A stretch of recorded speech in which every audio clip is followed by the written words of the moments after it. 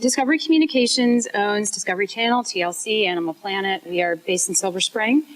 And I work in our corporate communications group, and we have a team that manages social media communications and strategy across the whole network. So while I'm going to be specifically talking about Discovery Channel today when I talk about Shark Week, we do oversee for all the channels, and so a lot of the things I'm talking about are applicable to all of our networks. So first I wanted to frame it with some statistics. This looks like a pretty connected group in here. I'm seeing either a laptop or an iPad or a phone at pretty much every seat. But I think that even with this connected group, you have to admit that these are some powerful numbers here, that 86% of mobile internet users are using their devices simultaneously while watching TV.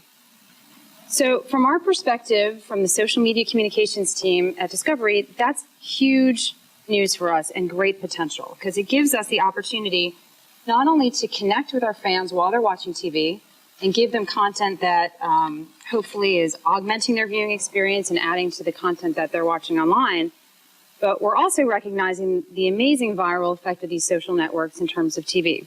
So what are they doing while they're online? Well, 25% of them are actually looking at content related to what they're watching.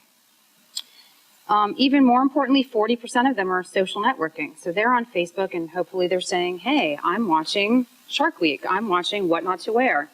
And they're putting it out there to their communities and then their friends' communities and on, exactly what they're watching so that we can reap the viral benefit of it. And of course, every one of these social platforms gives us just another opportunity to engage with fans. TV is, the definition of TV is broadcasting. It goes from one to many. Social media is an amazing opportunity for us to make that relationship one-to-one rather than one-to-many. So moving on, a little bit about our own social footprint. So we have about 60 Facebook pages across our networks and our shows. We've got about 25 million likes or fans on those pages, and we're growing at a pretty fast clip of about 500,000 per week. We also have about 15 Twitter accounts. Some Twitter accounts are for our networks. Occasionally we have Twitter accounts specifically for some of our programs. And we're reaching now almost 1.5 million followers on Twitter. YouTube, we have 800,000 people who subscribe to our various channels. We put out a lot of short form content on YouTube. We don't put full versions of our shows, but you can get a lot of clips. And we have a lot of people who do watch them on YouTube. And this year we experimented with, or the end of last year, one of the TV check-in services called GetGlue. Has anyone in this room heard of GetGlue or using GetGlue? Okay, good, it's a handful.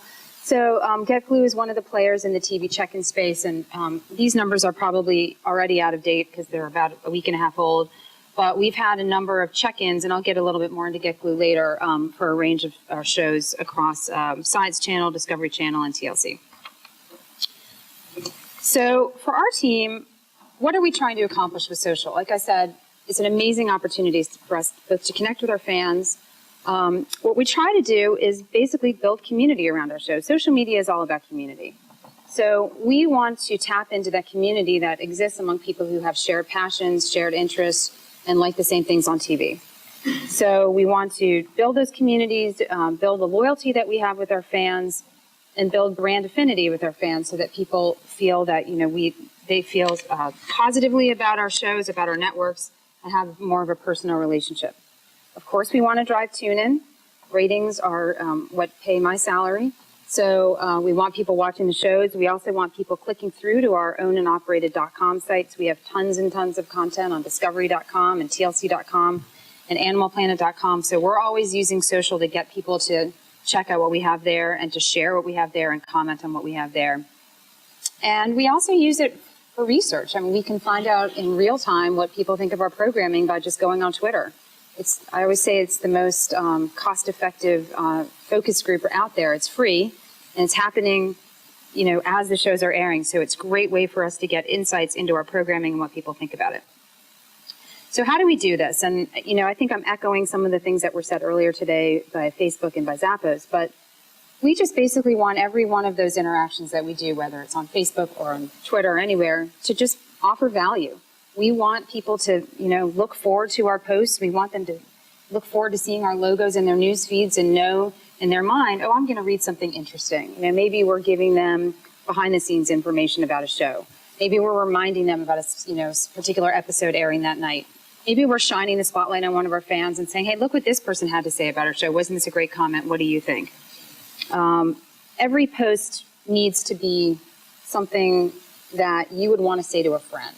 We don't want to be marketing. We don't want to be corporate. We want to be personable. We want to validate and reward our fans. So, again, we like to talk about what our fans are saying. We like to retweet. We like to post. We like to say, the fans are why we're here, and so we like to, give them the spotlight whenever we can. But the goal of all of this, we're just trying to get loyalty, and we're trying to encourage action. So either you're clicking, or you're liking, or you're sharing, or you're commenting, or you're posting, or uploading. Any of those, we'll take all of it. So how are we using social? There's a couple of ways we're doing it. Sometimes we're using platforms, sometimes we're using vendors, and sometimes we're just doing it on our own through our own sites. So for those of you who know the show Deadliest Catch, last year, one of the captains on Deadliest Catch, which is a show about fishing, very dangerous fishing, passed away, which was very hard. I mean, these aren't TV characters. These aren't made-up people. These are real live people. And these are people that the fans had gotten to know after many, many years of watching Deadliest Catch.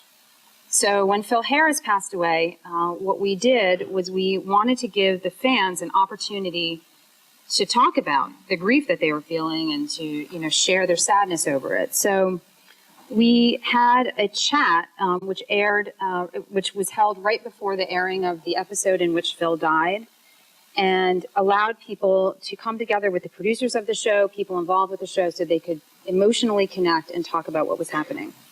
So this was last July when we had the Phil chat, and we had almost 15,000 participants on the East Coast, and we had another almost about 5,000 plus fans on the West Coast, and 135,000 page views onto the Deadliest Catch page to talk about Phil. So there were 8.5 million viewers of that episode. That was a series record for the show at that time, and was also the #1 show on cable that night among men and women 25 to 54. So we feel that giving people this opportunity to come together and really connect over shared common experience, and in this case, unfortunately, it was a sad thing, but it gave people a chance to strengthen their relationship with Discovery Channel, and it obviously led to record tune-in. GetGlue, I mentioned before, is one of the TV check-in services. So you're probably all familiar with Foursquare, where you can go and check into a physical location. With GetGlue, you can check into a piece of content. Maybe it's a movie, maybe it's a TV show, maybe it's a book. I think you can even check into certain bottles of wine. What it does is it allows you to sort of declare publicly your affinity to a particular thing. So for us, we love GetGlue because it just shows that people are watching our shows and people are interested. And even more importantly, it's promoting real-time viewing. So when you check in, you can have it published to your Facebook newsfeed, to your Twitter account, and it starts conversations there. I know recently I checked into a show and on GetGlue, and then in my usual sort of rotating around through my various platforms, it was about 5 minutes later I looked at Facebook, and there I had like 6 comments already from people who were watching the same episode and pulling out things that they wanted to talk about. So it's a great way of building community online. GetGlue now has over 700,000 users, and when you use GetGlue and you check in, you can accrue rewards, stickers. It's kind of like on Facebook when you get badges. These are stickers. We actually create custom stickers for GetGlue, which have our creative on them and the pictures of our talent. So it's not a generic thing, but it's actually something that's branded to our shows. And we can also use it to reward fans through discounts like the Discovery Store, or offer prizes or access or some sort of exclusive content. So we're experimenting with different ways to use GetGlue. Here are some stats about GetGlue. We launched again in October with Mythbusters. We picked Mythbusters because that's a very social media savvy, very passionate, and very focused group of people.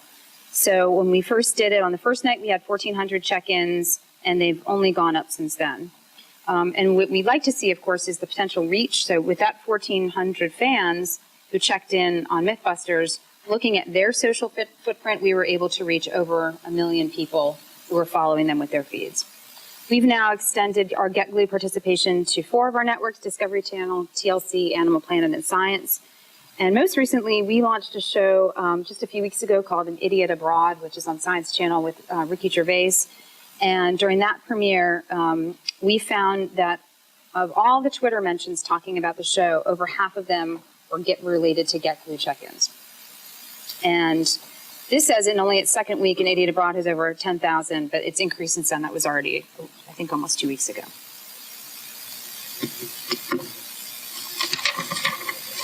So just a little bit more about Get Glue. I mentioned that we were rewarding our superfans with discounts at the Discovery Store. And what we're doing now is we're starting to introduce widgets onto our .com pages so that people can check in through .com. So you don't need to go to Get Glue. You can actually just go to our fan sites and check in that way, just making more touch points for people to be able to use it. Okay, so now I'll get on to the meat of the presentation here, which I know everyone is probably more interested in, is Shark Week.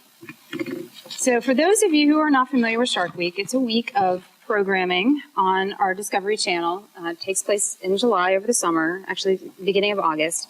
And it's been going for 23 years now, and it's an entire week of content about sharks. So it's about sharks and what they eat, and sharks and how they hunt, and sometimes there's very cool programming that have cameras that go, right into the actual anatomy of the shark bite. It's just, every possible way that you could talk about sharks, it's in there. And the people who watch Shark Weeks are incredibly passionate about it. It's become almost a national holiday. So, and I'm not even making that up. So every year we try to, build up enthusiasm and buzz and conversation around Shark Week. And last year we really, really put a lot of focus on social media. So some of the other things that we do around Shark Week, we do messaging, we do some partners with nonprofit organizations that work on shark conservation. So it's not just an entertainment week, but it's actually a week designed to increase awareness about sharks and issues that they face.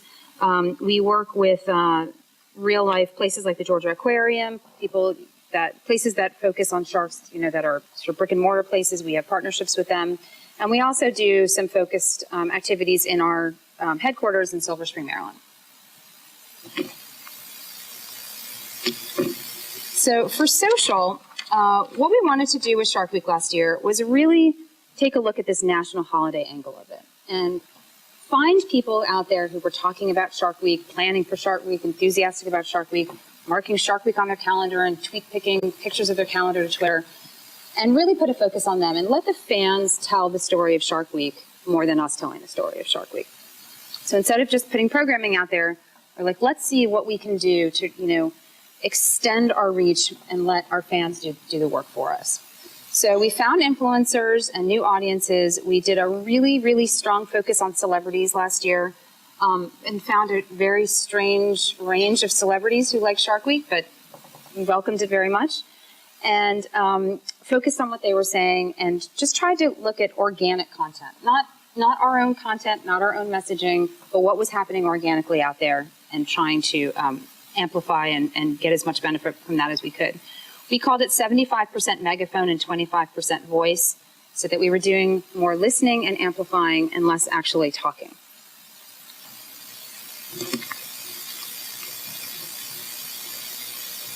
So the first category, we did a lot of digital PR outreach to a whole range of sites. So here you can see Entertainment Weekly's Pop Watch blog, the DCS blog. I don't know if you can see it, the second picture there.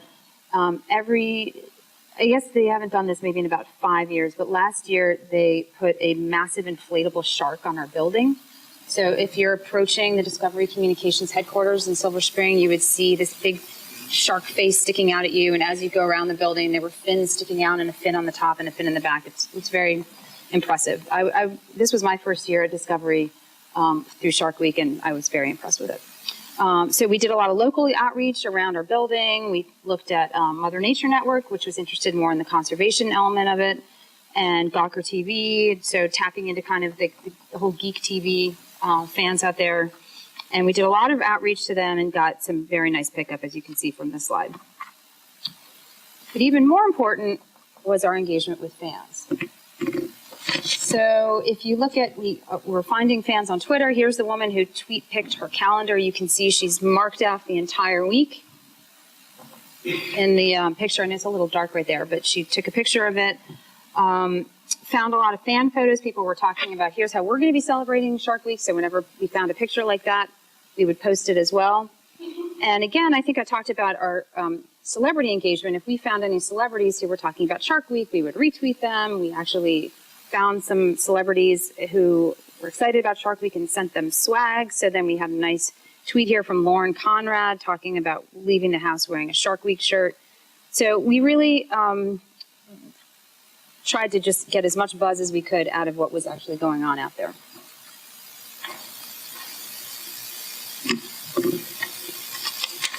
We also turned the camera over to our fans and said, hey, show us your best content. So we did a video challenge on YouTube where we asked people to take the to create videos in which they would talk about how they were going to be celebrating Shark Week. And the only rule they had to do was at the end of it, they had to yell, Happy Shark Week. So at the end, we had a number of videos on YouTube of people creating their own content around the show. I don't know if any of you are familiar with the Gregory brothers. There's some on AutoTune the News. And they created a very, very funny video about Shark Week using the old Discovery Channel Boom Diata song, which was one of our song that the Discovery Channel was using in marketing a couple years ago. And they created, and you can see here, 17,000 views. That was the particular day that we took the screenshot.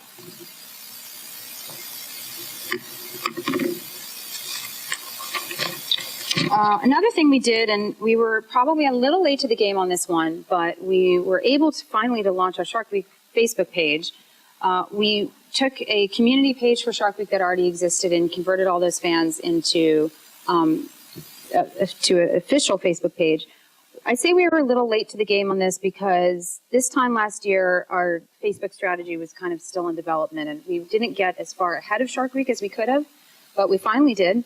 And we're able to import all those fans, and now Shark Week is one of our pages, and we're looking forward to 2011 to really blow that page out. But we were posting about Shark Week and any potential sort of pop culture mentions or any, tapping into the zeitgeist on Shark Week, we would be sure to amplify that on Facebook. So here are the results. We got over 14,000 online media and blog posts mentioning Shark Week. We had Shark Week as a worldwide trending topic by the first day and over 91,000 mentions. So we like to say, if you look at that little chart down there, it kind of looks like a little bit of a shark fin sticking up in the water. So we like the way that looks. We had 25,000 public Facebook status updates. So, who knows how many there were that were private Facebook updates. But we saw a ton of those. And here's just some of the celebrity outreach that we were able to engage in across the course of the week. Joe Jonas, Lauren Conrad, Stephanie Pratt, Alyssa Milano, and then Craig Ferguson, who was actually hosting a few shows on Shark Week. When there was, I don't know if you guys saw the Craig Ferguson, Jimmy Fallon clips about competing to see who was going to be able to host on Shark Week. Kirstie Alley, it's really a strange mix. Brad Paisley, who knew? So we're looking forward to seeing who comes out of the woodwork this year in Shark Week, and we'll be ready to shower them with swag and get them to keep talking about the week. So in the end, we took a step back and thought, well, what did we do and what could we have done better? So we felt pretty good about our PR outreach. We feel like we covered our bases pretty well with the entertainment press and the local press and the people who were talking about it. Our partnerships also did pretty well. We sent a lot of traffic to our conservation partners, and there was a lot of back and forth and complimenting what each other was doing. Our Twitter engagement was definitely, I think, one of our success stories. The guy that we have who runs our Discovery Channel Twitter account is my colleague David Traw, and I don't know, he must have eyes like sort of all over his head, but he's able to capture in real time gazillions of tweets and process them, and he immediately knows who all the celebrities are. And he was just amazing that week at really staying on top of the conversation and very actively and immediately reaffirming, retweeting, and taking advantage of every opportunity that we had. Our photo contest, I guess I didn't mention our photo contest. We did a photo contest where people could, this was more of a local thing, where we had people taking pictures of the building and pictures of themselves in front of the building and then uploading them. It was something we did with the Washington Post. Not so great. Facebook, as I mentioned before, we were a little late to the game on Facebook, and I don't think that we were fully able to take advantage of the momentum of the week. Looking forward to fixing that this year.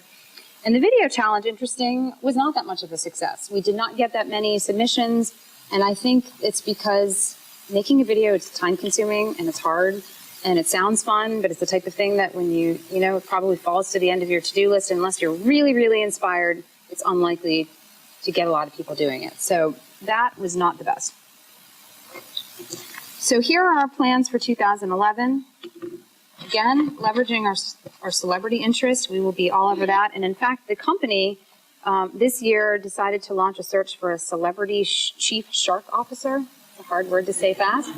So we know, I can't tell you who that person's going to be yet, but we do know that we'll be doing some official Shark Week celebrity relationships. And of course, we'll be looking to see which other celebrities out there are. And celebrities is really, by celebrities I also mean influencers. It doesn't have to be someone that, is a movie star or someone that's well known, but somebody who's, in social media and talking about Shark Week and has a lot of followers. We'd love to know who that person is too. Again, we're going to be improving our Facebook experience on the Facebook page. We're also going to be doing more with in real life meetups. So encouraging fans to get together during Shark Week, watch shows together. So take that online community and put it offline too. Because we know that the in real life affirmation and the connections that happen between, not just through our computers, but also face to face can be very strong. We are looking at different social TV opportunities. I'm sure we'll continue to work with GetGlue, but we're also looking at other ways that we can have real-time social integration on our platforms with our programming, and we'll certainly be doing that during Shark Week. And just continued integration with the rest of our communications and marketing and digital strategies. So that's basically a case study of how we might approach one particular show at Discovery. This is a biggie for us, obviously, but we go through kind of a similar analysis and a similar strategic plan. Whenever we have any show, anything launching, anything new, we try to figure out how can we take all of these platforms and have them working together to increase our engagement, our footprint, clicks, tune in, and all of the above. And that's it.